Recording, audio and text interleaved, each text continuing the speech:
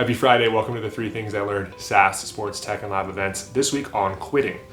All over social in the news, we read about the great resignation. We read about gig workers in the economy. We read about a recession on the way and companies pulling offers. So we want to share our experience over the past 20 years, both personal and in business, with quitting. Starting with number 1, the stigma of labeling someone a quitter can be weaponized to enable bad actors and further encourage their poor behavior. We all hear things like nobody likes a quitter or they can't be trusted or counted on.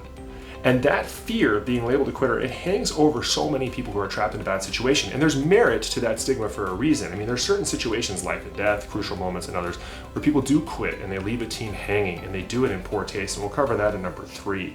However, if you signed up for an environment and you find yourself in another, there's nothing wrong with leaving immediately and just ignoring the fear and the slander that's on the way. You know, many who quit in these situations, and we use the word quit. Quit is actually defined as leaving a situation, not giving up or saying you can't do something.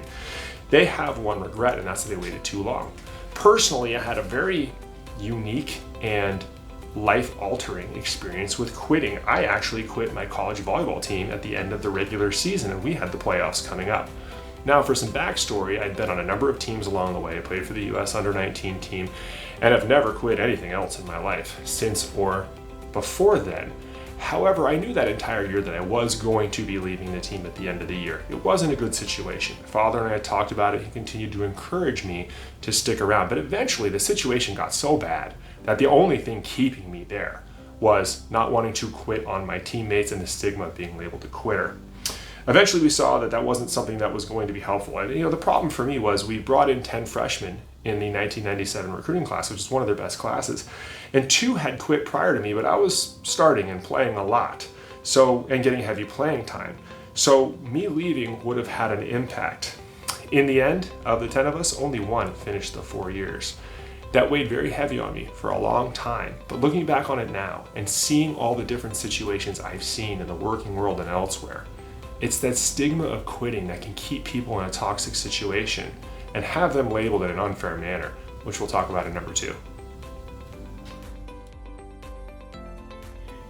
Number 2, get all 3 sides of the story as you're leading a team and dealing with quitting. Now, I'll give a story from our business.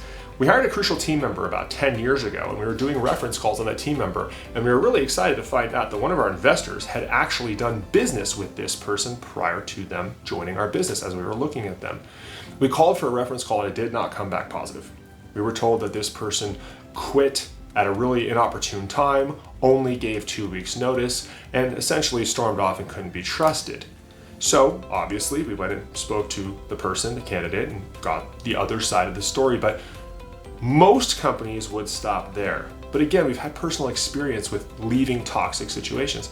So we dug in even further. We found the 3rd side of the story. We found the people who worked around it tangentially to this. And thank goodness we did, because we ended up hiring that person. And they've been one of the best teammates I've had in 10 years. People sometimes are a little overcautious with the stigma and the label of somebody who quit. And they should be, because there are quitters out there. And when we do our homework, we will find them, the people who leave when they're being counted on over and over and over again. And that stigma sticks because it's a repetitive circumstance for them. It's repetitive behavior, as opposed to what we see with those who were in one bad situation and can be an incredible asset in others. That's number 2. And finally, number 3, do it the right way. There is so much vitriol towards businesses today, and much of it is deserved. However, like most anything, sentiment is often formed by the outliers. Companies doing crappy things happens. You can log into LinkedIn and read about them every day. Employees doing really crappy things also happens. We can log in and read about that every day. But the fallout of quitting in a selfish way and going out guns blazing, it's just not worth it. No matter how justified it is, or no matter what sugar rush we get from doing it. I've read about people who, they put in for their 2-week notice while they also put in for 2 weeks of vacation. We had that happen here, amongst other things. When I quit that volleyball team, I hated playing for that team, nearly everything about it. So I eventually walked, and I should have left, but I shouldn't have left the way I did. We've had a lot of people leaving here guns blazing. It's incredibly rare, but it's happened, in 15 years, the 100+ employees. Some have done it in front of the whole pit. Others have threatened to sue us, others have actually hired lawyers to sue us, and others go and trash us publicly on forums or wherever they can find us. What's unknown, however, is how many of them actually reach out years later to apologize. Obviously, we don't make that public, but it is the vast majority, believe it or not. It's okay to leave. Replace the word quit with leave, especially in a bad situation. There are only 3 ways out of a job. Quit, you get terminated, or tragedy.